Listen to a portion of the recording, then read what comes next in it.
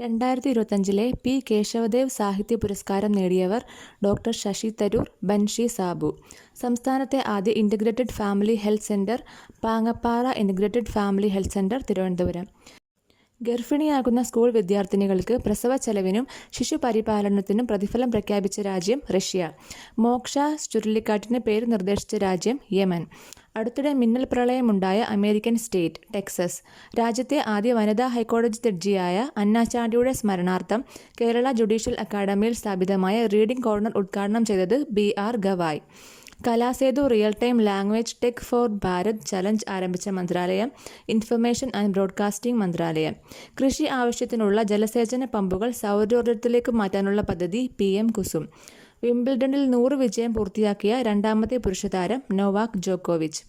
US president Donald ട്രംപിനെ സമാധാന നൊബേലിനായി നാമനിർദ്ദേശം ചെയ്ത രാജ്യം ഇസ്രായേൽ.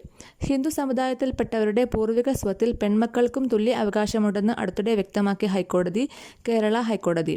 21 കോടി വർഷം പഴക്കമുള്ള പെട്രോസോറുകളുടേതെന്ന് കരുതപ്പെടുന്ന ഫോസിലുകൾ കണ്ടെത്തിയത് നോർത്ത് അമേരിക്കയിലെ പെട്രിഫൈഡ് ഫോറസ്റ്റ് നാഷണൽ പാർക്കിൽ.